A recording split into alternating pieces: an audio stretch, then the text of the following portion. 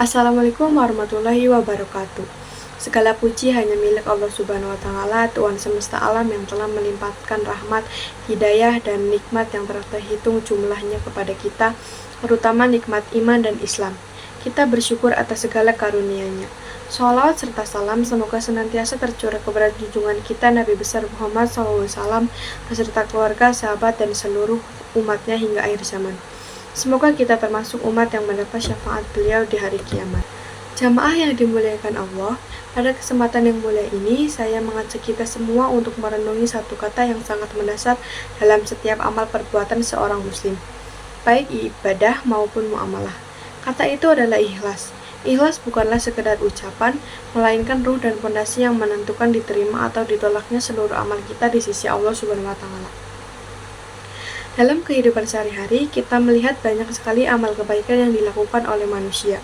Ada yang beribadah, bersedekah, menolong sesama, mengajar, dan berdakwah. Namun, pernahkah kita merenung mengapa terkadang kita merasa hampa setelah beramal? Mengapa hati kita mudah terusik ketika amal kita tidak mendapat pujian atau perhatian dari orang lain? Inilah masalahnya.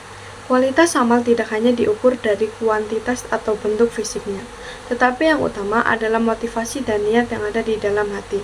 Banyak amal yang secara lahiriah besar, namun menjadi sia-sia di hadapan Allah karena tersentuh penyakit hati seperti riya, ingin dilihat, dan sum'ah, ingin didengar.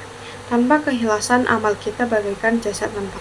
Untuk menegaskan pentingnya ikhlas, mari kita simak firman Allah Subhanahu wa Ta'ala dalam surat Al-Bayyinah ayat 5. Bismillahirrahmanirrahim. Wa ma umiru illa liya'budullaha mukhlishina lahuddina hunafa wa yuqimus sholata wa yutuz zakata wa dzalika dinul qayyimah. Artinya, padahal mereka tidak disuruh kecuali supaya menyembah Allah dengan memurnikan ketaatan kepadanya dalam menjalankan agama dengan lurus, dan supaya mereka mendirikan sholat dan menunaikan zakat. Dan yang demikian itulah agama yang lurus. Quran Surat Al-Bayyinah ayat 5. Kemudian Rasulullah SAW juga bersabda dalam sebuah hadis riwayat Muslim. An-Nabi Hurairah radhiyallahu anhu qala Rasulullah sallallahu alaihi wasallam, innallaha la yanzuru ila ajsamikum wa la ila suwarikum walakin yanzuru ila qulubikum wa amalikum.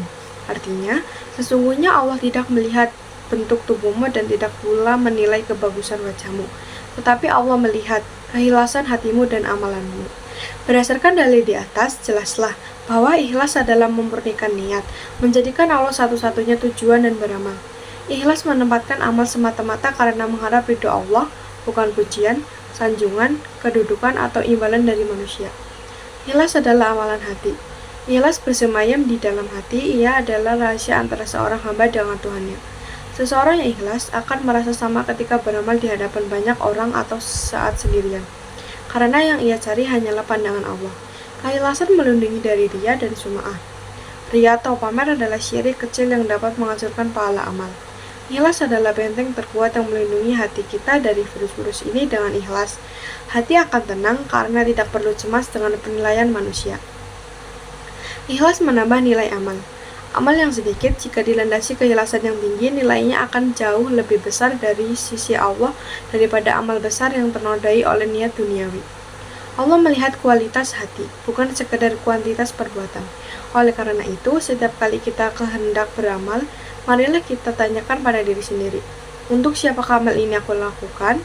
Jawabannya yang jujur akan membawa kita pada jalan keikhlasan sejati. Jamaah sekalian, pendapat saya, kunci utama untuk meraih kebahagiaan sejati dan keselamatan di akhirat adalah dengan menjaga memperjuangkan keikhlasan dalam setiap tarikan napas dan langkah hidup kita. Ikhlas akan membawa ketenangan jiwa dan menjauhkan kita dari rasa kecewa terhadap penilaian makhluk. Marilah kita bersama-sama memperbaharui niat kita setiap hari. Jadikan setiap ibadah, pekerjaan, sedekah, dan kebaikan kita sebagai persembahan tulus hanya untuk meraih ridho Allah Subhanahu wa Ta'ala. Ingatlah pesan Rasulullah, Allah tidak melihat rupa dan harta, tetapi melihat hati dan amal. Mari kita pastikan hati kita selalu bersih, niat kita selalu murni, agar amal kita diterima dan menjadi pemberat timbangan kebaikan kita di hari perhitungan kelak. Amin. Barakallahu li wa lakum fil Qur'anil azim wa nafa'ani wa iyyakum bima fihil minal ayati wa dzikril hakim. Aqulu qawli hadza wa astaghfirullaha li wa lakum fastaghfiruhu innahu huwal ghafurur rahim. Sekian pidato dari saya. Terima kasih. Wassalamualaikum warahmatullahi wabarakatuh.